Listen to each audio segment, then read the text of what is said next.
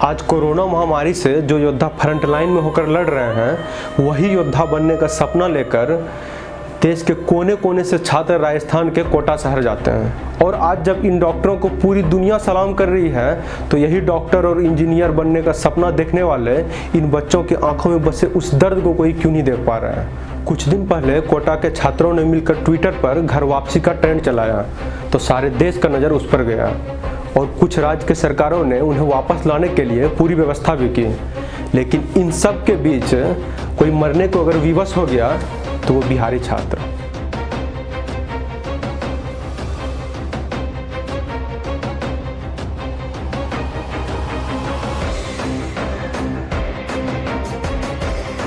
रात दिन एक करके छोटी छोटी आंखों में बड़े बड़े सपने लिए जब ये छात्र पटना से कोटा जाने वाली ट्रेन पर बैठते हैं, तो इनके साथ उस डब्बे में बहुत कुछ जाता है।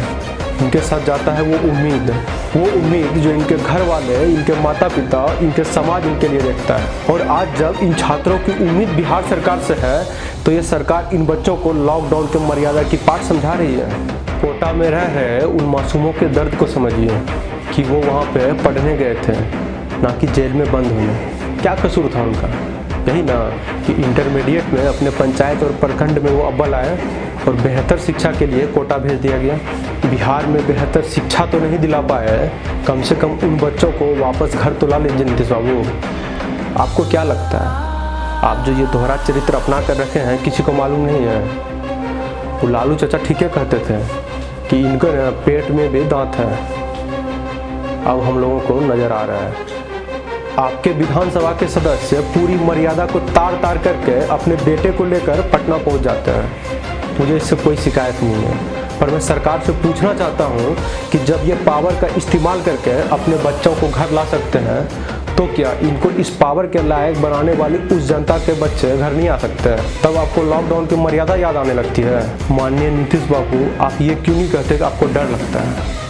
आपको डर लगता है कि कहीं आपका पर्दाफाश ना हो जाए। आपको डर लगता है कि कहीं आपके कार्यकाल के 15 साल का हिसाब न मांगने लग जाए। आपसे ये न पूछने लगे कि क्या आपके पास इतनी भी ताकत नहीं थी कि आप एक राष्ट्रीय स्तर का हॉस्पिटल बनवा सके। हमेशा अपने विकास के नाम पर वोट मांगने वाले हे विकास पुरुष, ये है आपका विकास मॉडल, जहां आप अपने बच्चों और बाहर बिलख रहे मजदूरों को वापस लाने के नाम पर ही कन्नी काटने लग जाते हैं। ऐसे रोकिएगा पलायन की समस्या को। सोचिए जरा कि उन बच्चों पर क्या असर हुआ होगा जब उन्हें पता चला होगा कि वो जो वीआईपी गाड़ी से आज घर निकल गया, वो कहीं और के नहीं बल्कि अपने बिहार के हैं, कोई विधायक साहब की बेटी है।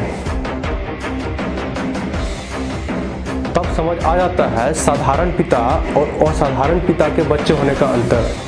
तब समझ आ जाता है सत्ता और साधारण लोग के बीच का अंतर। तब समझ आ जाता है पैसा और पावर।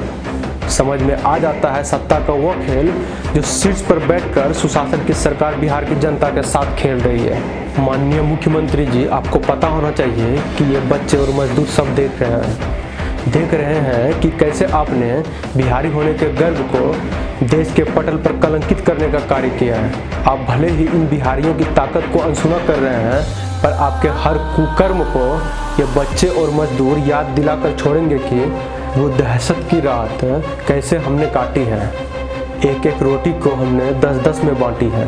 उनके आंखों के टूटते सपने, पेट में उठते हर दर्द का हिसाब किया जाएगा। आ रहा है चुनाव, सब कुछ याद रखा जाएगा, सब कुछ याद रखा जाएगा।